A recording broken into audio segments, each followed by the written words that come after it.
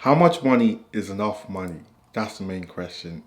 I'm so sorry, there's no firework. The answer is whatever number you have in your head, whether it's 5, 10, 100 million, it's always going to change. That's the sad truth about this delusional path of entrepreneurship that me and you are both fighting for. This journey of pain, tears, mountains to climb, happy days, bad days, being bipolar, being stressed, not enjoying what majority of people are enjoying is, I don't think there's actually an end goal. If you're watching this video, it means you have the right framework of mind, knowing that when is enough? When will I stop this game? Or when will I stop making decisions based on money? And this is why I've made this video. This whole video came from my community, Wellington, which is a very vetted community of entrepreneurs, founders, or CEOs. You have to be doing at least 500k AR or have raised at least 1 million. It is not for YouTube gurus or crypto boys. It's for people who are making generational wealth, but with good morals, upright people, people who have integrity, people who are trustworthy, most importantly, people who respect others the same way they would want to be respected. Most of you guys watching this video are not right for this community, but you can try apply by clicking the link in the description, and I'll get back to you if you're even able to go through the first stage of interviews. I digress. The most unsurprising and dangerous thing about what is a number that you stop thinking about money is that it will always move. Within the community, there are people who are making serious amount of money or who have already made by exiting a large amount of money. Most people say, let me just make 5 million, then they make 5 million, like, oh no, let me make 10 million. You know what, let me make 20 million. And the main reason I believe for this is they have wrapped their self-identity and self-worth with numbers, with how much money they have in their bank account.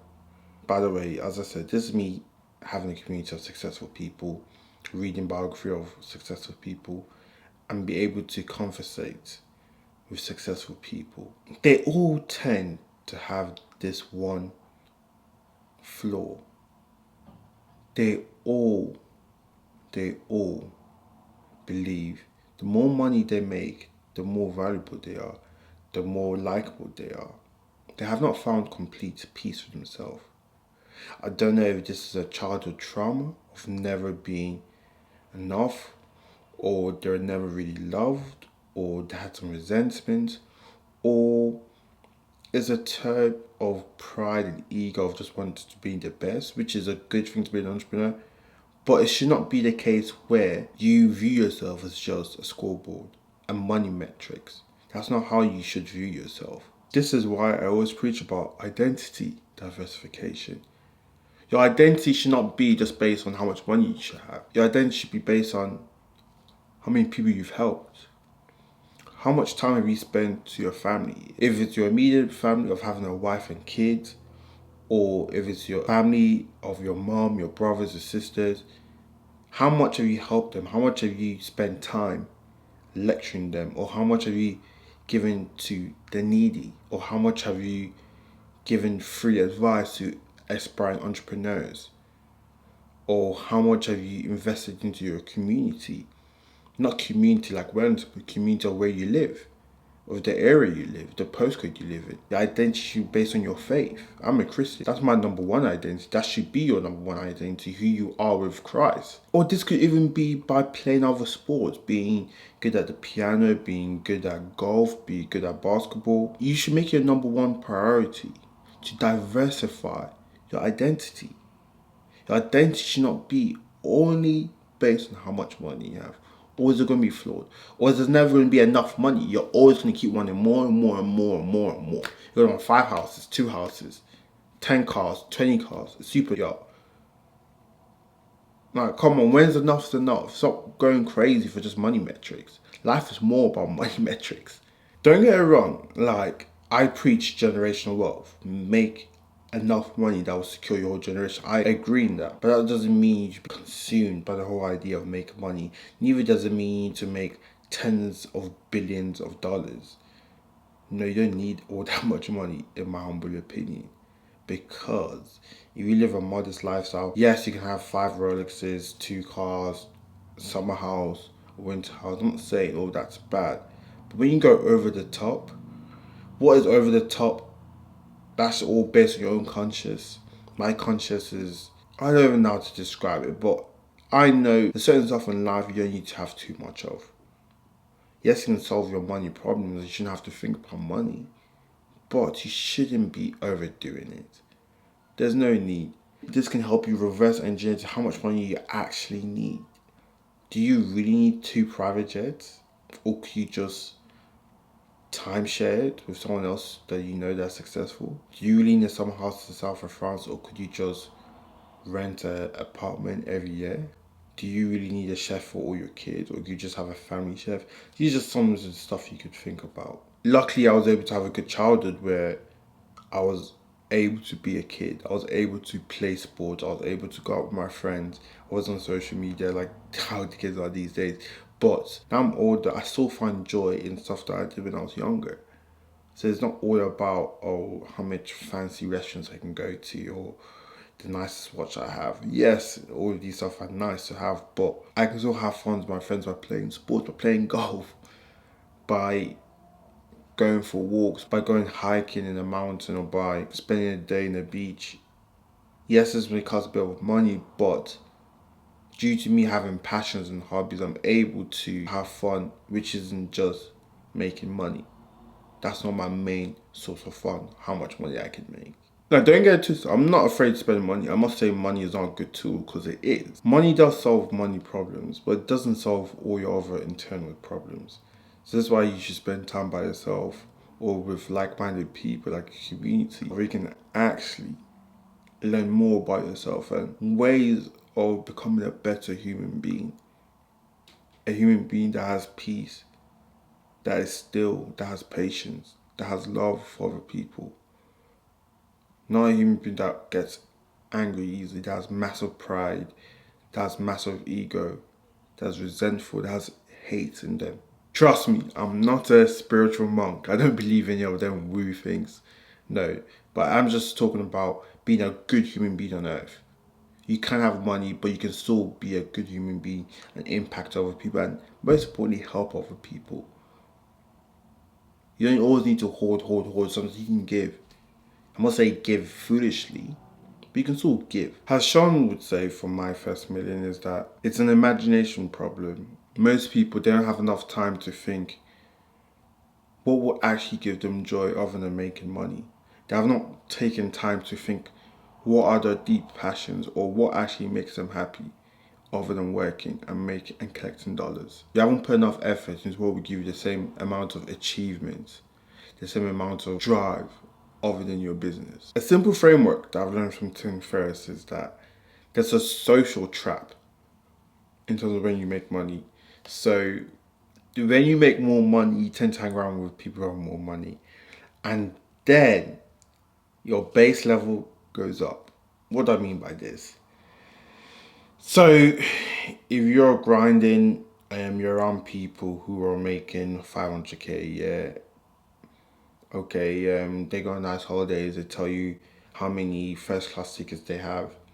You start feeling, oh, this is what I need to do. Then you start meeting people who have made 20, 100 million. They're like, oh, I have a yacht, I have a private jet, and I travel to Europe every 2 weeks for shopping. Then you start feeling left out and you start copying what they're doing. So it's like a social circle of every time you make more money, you tend to join different social circles, which their normality is different from the previous social circle. That's a framework that will help you to realize that even though you're making more money, you can still hang around with your mother's friends.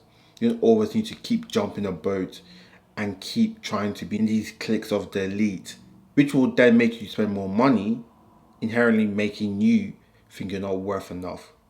making you want to make more money. This is all like a social relative wealth competition. It's such a sad thing that people go through subconsciously without even knowing. I'm not saying if you used to hang around with bums, you should be with bums. That's not what I'm saying. But I'm just saying that you don't always need to keep climbing the social ladder and social circles.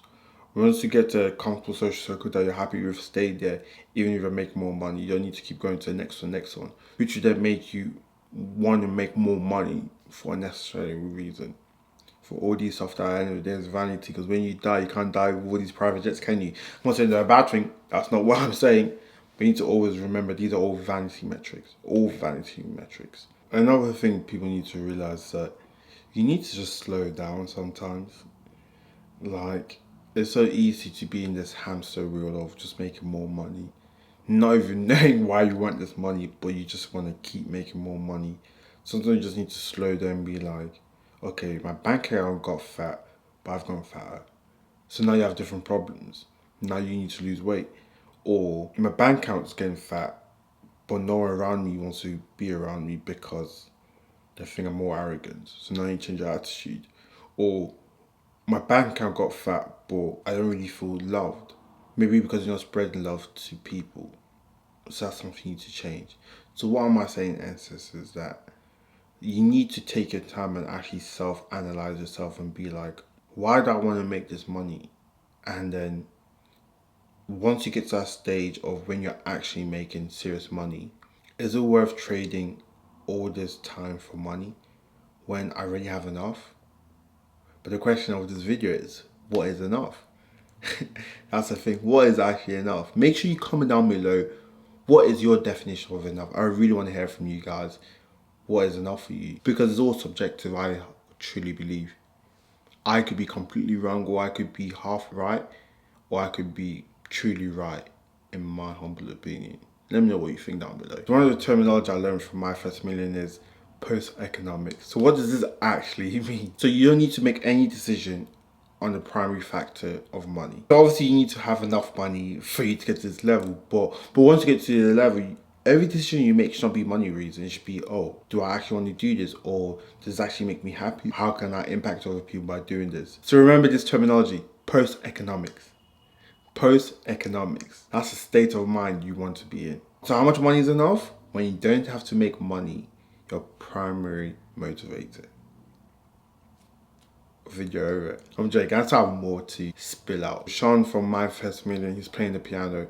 When you learn the piano, you're like, oh wow, I'm actually sick of this. But no one wants to listen to you play the piano for 10 minutes. That's boring. No one wants to listen to you do that. So then you realize that you're actually only doing this for yourself.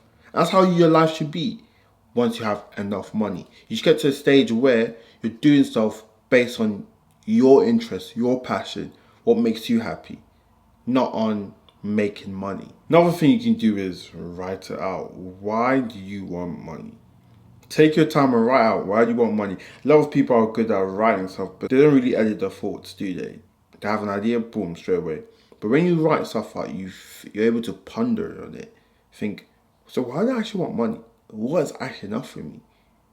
And I'm telling you, it's not going to be a number. It's not going to be a number, but it's going to be a feeling of when I feel like I've done this and done that. But as I said, that can always change. Another reason for this is because your why for when you're 20 is different from your why when you're 30, which may be different from your why when you're 40. A big factor, you may have kids now. But then what I'm trying to say is that you may realize the older you get, you don't need 5 Lamborghinis. You don't need 2 yachts. Maybe you just need peace, or maybe you just need to live on a ranch or a stable in the countryside. So your why can always change, but you should really write it down and try to ponder upon why do you actually want to make money. Spend time with rich people. Like if you want to be happy, you spend time with happy people. Why would you want to spend time with rich people or with richer people than you are? Because then you're able to have a non-biased point of view of their life and be like, is this a lifestyle I really want to live? I'm telling you guys right now, if you spend 2 hours with Elon Musk, you may be like, this is not the lifestyle for me. Because Elon Musk has different gifts that we have. And he was born differently than we were. So what he can tolerate and what he can actually do for money to make money or to increase his business, some of you guys cannot stomach. So spending time with successful people is very important. This is why it's also important to be in a community like Wellington. Click the link in the description. You spend time with people who are way past you in this entrepreneur journey, and you can be like, oh, is this type of lifestyle I want to be? This is a bit biased because people in Wellington are all extremely good people and people who have found peace. So you may be like, oh, maybe having 500 million is not too bad because this person went in, seems like a really good person. But we were able to actually tell you that, okay, it's not exactly how it looks like. My life isn't as perfect as it is. These are the sacrifices I made to do this, which I wouldn't recommend. YouTube algorithm is so good. Make sure you click one of these videos and subscribe to the channel. Thank you.